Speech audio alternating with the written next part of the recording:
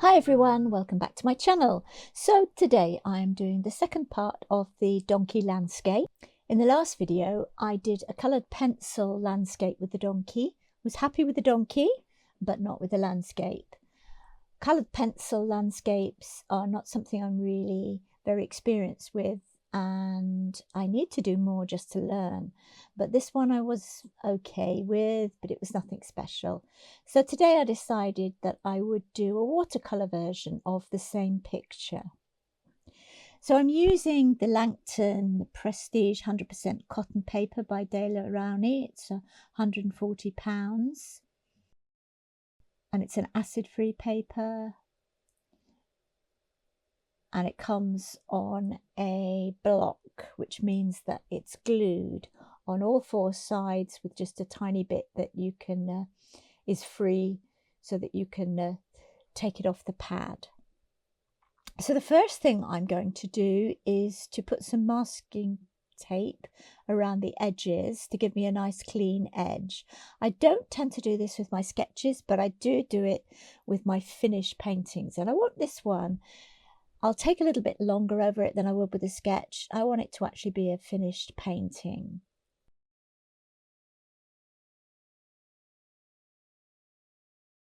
So this is just builder's masking tape, but it is the low tack variety so that it won't harm my paper. I think it's it's called Froggy tape, and I bought it in B&Q. And this will give me a nice edge. Now I've drawn out the picture to begin with, and this is the masking fluid I'm going to be using. It's an artist's blue mask. I like blue because it shows up, and this is what I'm using to put the masking fluid on with. It's a colour shaper, and I use that rather than a brush because it will ruin your brushes if not. So I am going to mask out the whole donkey. Now I could have just masked the edges and hope that I didn't go over them, or I could have masked the edges and then put paper or something over the rest so as not to waste my masking fluid. But I do find that masking fluid goes off quite quickly, so I'm not that bothered about using a lot of it.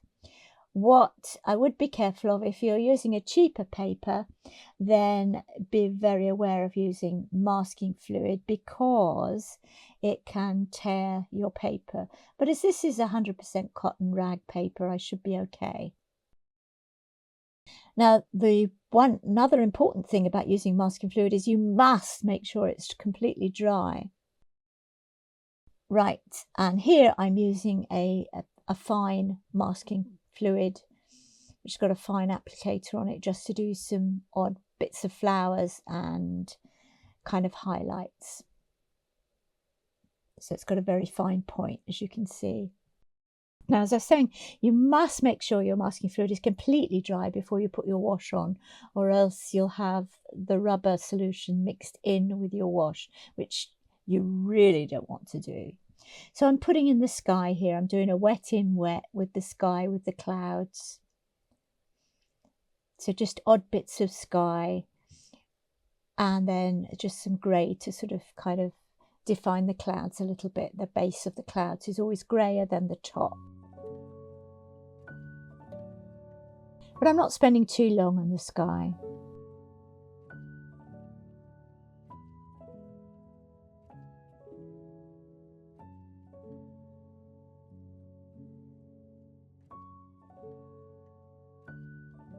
I always tend to work from the top downwards on my paintings, just because that means that I don't get my hand in the way and kind of smudge what I've just done. Now I used a hairdryer there just to dry off the sky because I'm being a bit impatient. So now doing the distant hills in the background. And as I said before, this was actually in Galicia in northern Spain, when my daughter and I were walking the Camino last year.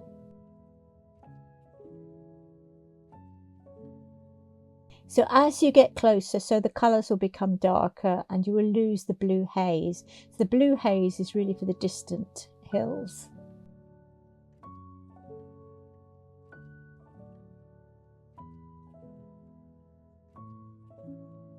And wherever you've masked, that will just end up white when you peel off the masking fluid at the end. So you don't have to worry about going over the edges of things, which is what is really, really nice about masking fluid.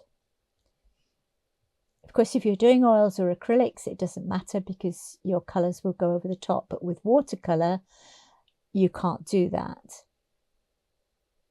because watercolours are transparent glazes. Building up glazes here, not too vivid in the background, but I want these trees to show up as well.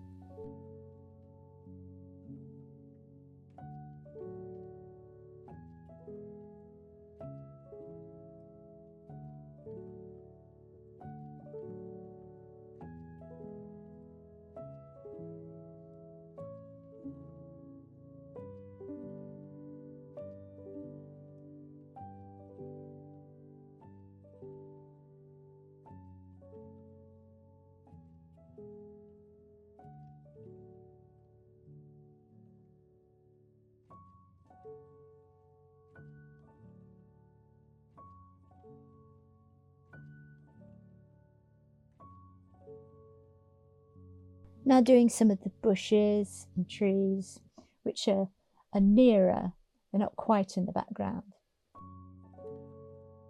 They're more in the middle ground.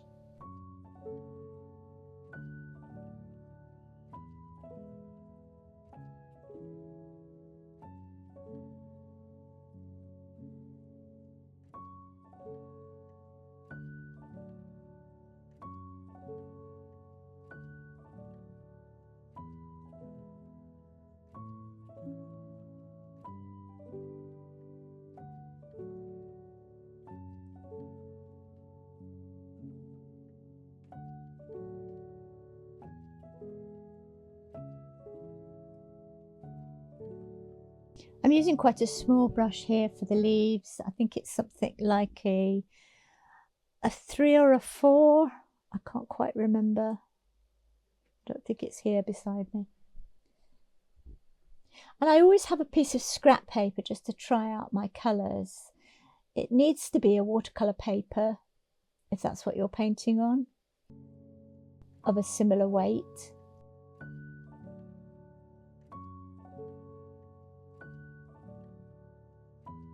But it is just useful to try out the colour before you actually commit it to your final drawing. I'm going to come in here and just put a very light wash over the whole of the grass area.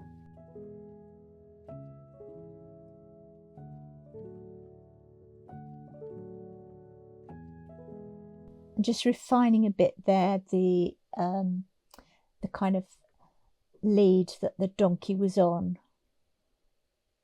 because a bit of masking fluid had gone over the edge, so I took that out with a blade.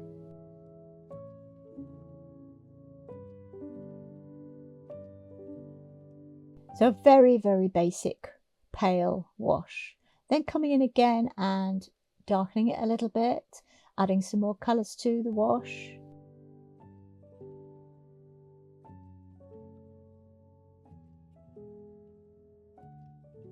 And again, as you see, I'm working from the top down to the bottom of the picture.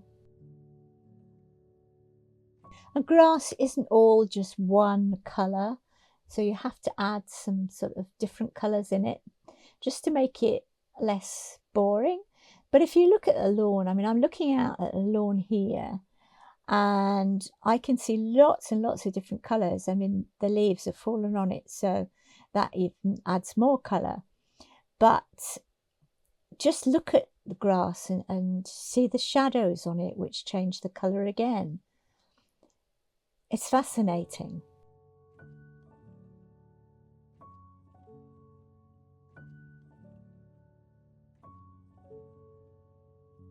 Now I could have worked straight across. I don't know why I didn't, because the donkey is masked out.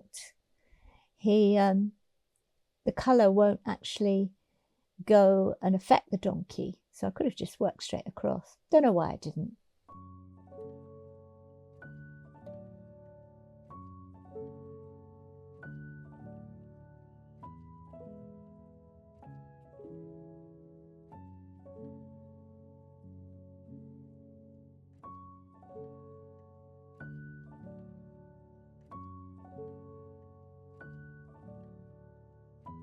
What I really want to get onto is the donkey. That's the bit I really enjoy.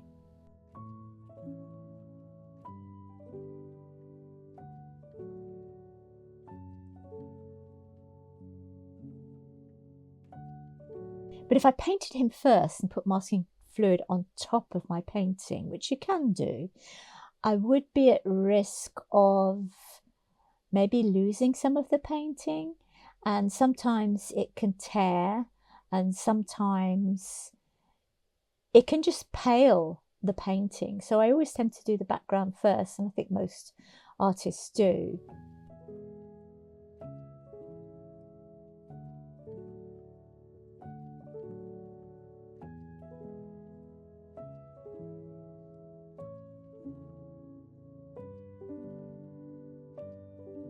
But also, if you were doing like some pale flowers, you could paint them, say they were pinks, paint them pale pink, and then put your masking fluid over the top once the painting was dry. I must stress that. Put your masking fluid over the top, let that dry completely, and then do your background. And when you peeled it off, you'd still have the pink flower. It might be a little paler than when you painted it, but that's just another way of using masking fluid.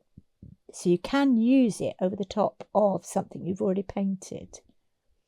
But as always, the main rule with masking fluid is make sure, if you're putting it over top of a painting, that the painting is completely dry first, completely, and then put your masking fluid on. Make sure that is completely dry before you paint anything else. And then when you come to remove the masking fluid, make sure that all the paint around the masking fluid is completely dry. If not, it will damage your paper. Plus, you might also get tearing. So masking fluid, you need to be careful how you use it, but it is a fantastic tool. Now I'm putting in the shadow of the donkey, which kind of anchors him to the ground.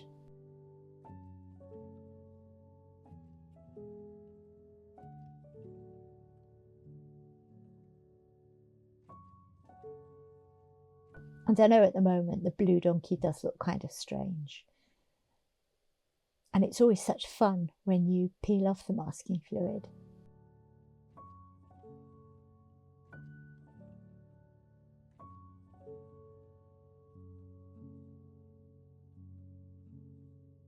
Just making that shadow a little bit darker, because as with everything, it's all about layers.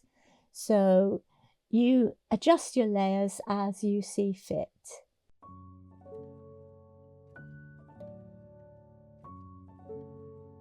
Just giving it all a good dry off with a hairdryer. If you've got a very watery wash, like as with a sky or something, you must be careful when you use a hairdryer that you don't blow the paint in the wrong direction. So use a hairdryer with care. Right now I'm beginning to take off the masking fluid, and I will have to redraw things as I take it off. I'm using a masking fluid remover eraser here, which is made of kind of nylon. It's a strange little device, but it does work very well. And you always need to kind of push your masking fluid in towards the center so that you don't tear the paper. If you do tear the paper, it can still be used if you haven't sort of kind of torn the edge, but it will change the kind of the way the paint reacts on the paper. It might become more a bit like blotting paper. So just be aware of that and be gentle. Right, coming in and putting in the markings of the donkey. This is just the first base coat, so it would be quite pale, and then I will gradually increase the intensity of the colours.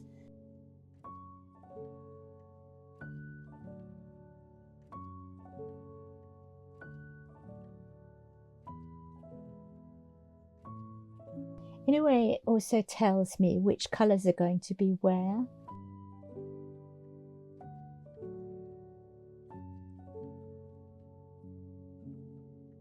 So kind of building him up like a bit like a jigsaw.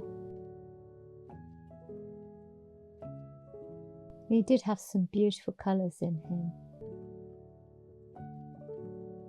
Much more interesting really than just doing a plain coloured donkey. Again, drying it off with a hairdryer. Doing some details now on his face, his eyes and his muzzle and nose.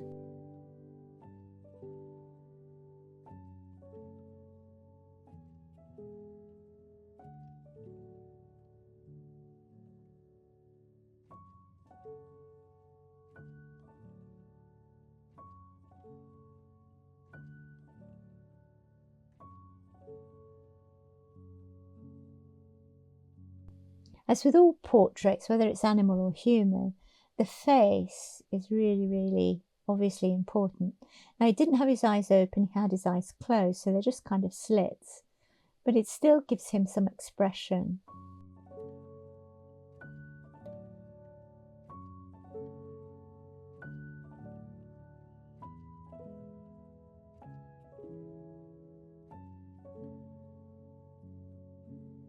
I'm drawing his tether, I suppose you'd call it.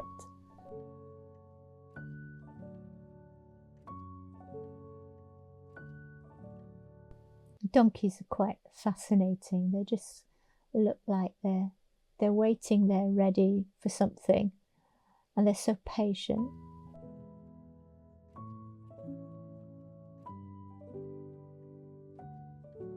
They often have to put up with a lot.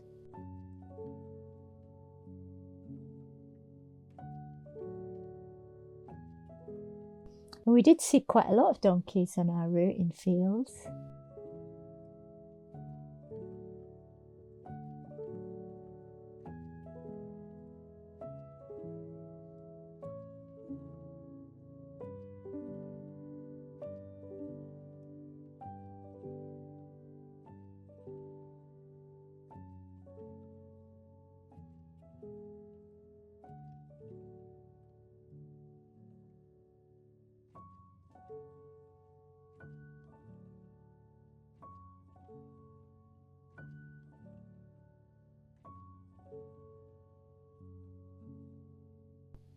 So I really enjoyed doing the details on the donkey and trying to make him look like he had this soft but also rough coat.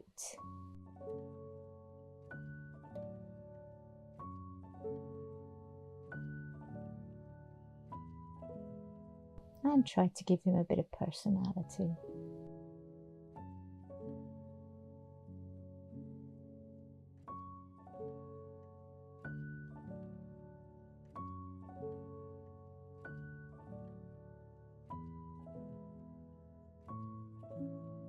I mean, on the coloured pencil version, I was quite pleased with the donkey. I mean, his hair, or his fur, I don't know which you call it, hair or fur, looked quite believable. But I still prefer, I think, doing the watercolour version. I'm just adding some white Posca pen here. Now I will blend it in a little bit. It won't look quite as stark as it does now, but it's just to kind of give his coat more of an individual sort of kind of fur look. But I will go over it and water it down a little bit because I know at the moment it looks quite strange, particularly on his body. But it does add something to it. It makes his coat look kind of shaggy. And individual strands of fur stand out more.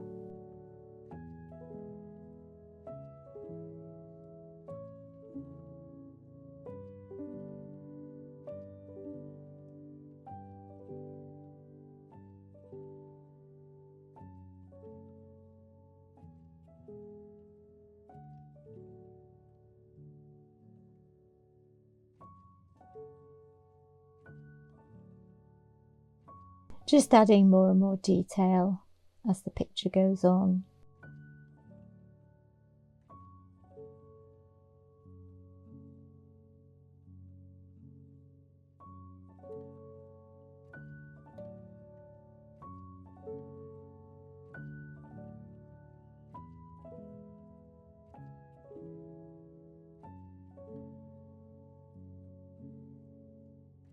And it's always the final bits that are the most fascinating, watching your painting come together.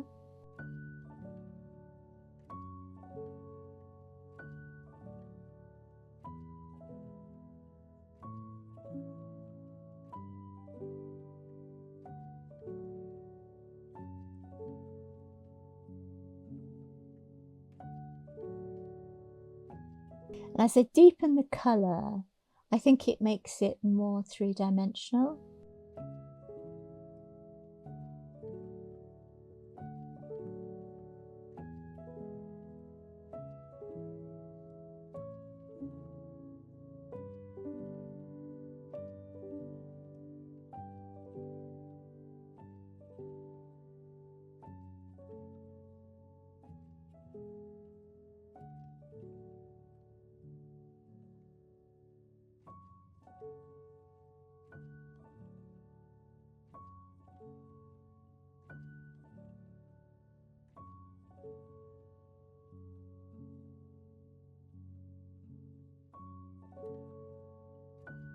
When you think back to the white of the paper, when you saw the donkey at the beginning for who was painted, it actually sat on top of the landscape. Whereas as you build up the colour, he actually becomes a part of the landscape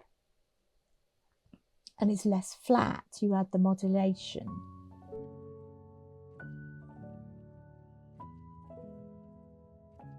I'm going to do a little something with these flowers as well.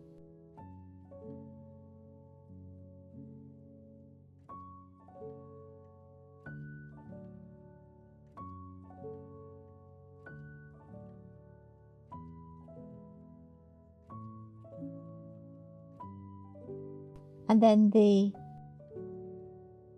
buildings just in the background. So just a glimpse of a terracotta roof.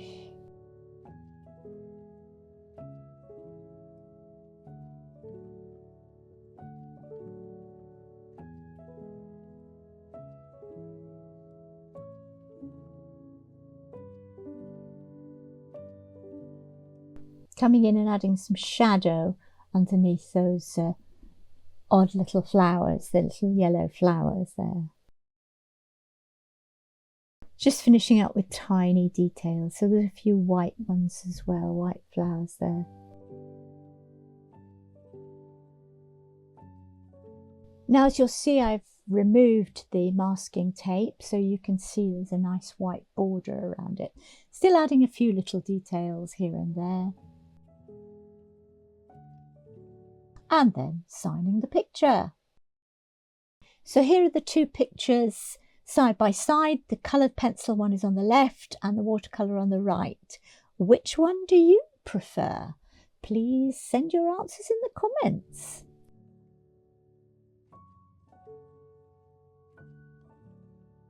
Thank you for watching my video, and if you enjoyed it, please like and consider subscribing. Take care and happy painting. See you next time. Bye.